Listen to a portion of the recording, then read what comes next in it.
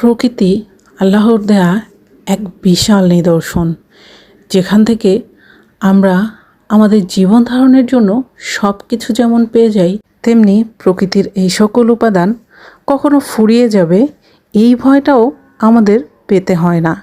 কেননা আল্লাহ তাআলা এত অসংখ্য এবং অগণিত নিয়ামক আমাদের জন্য রেখেছেন যে আমরা এগুলো সারা জীবন ব্যবহার করলেও কখনো ফুরায় না।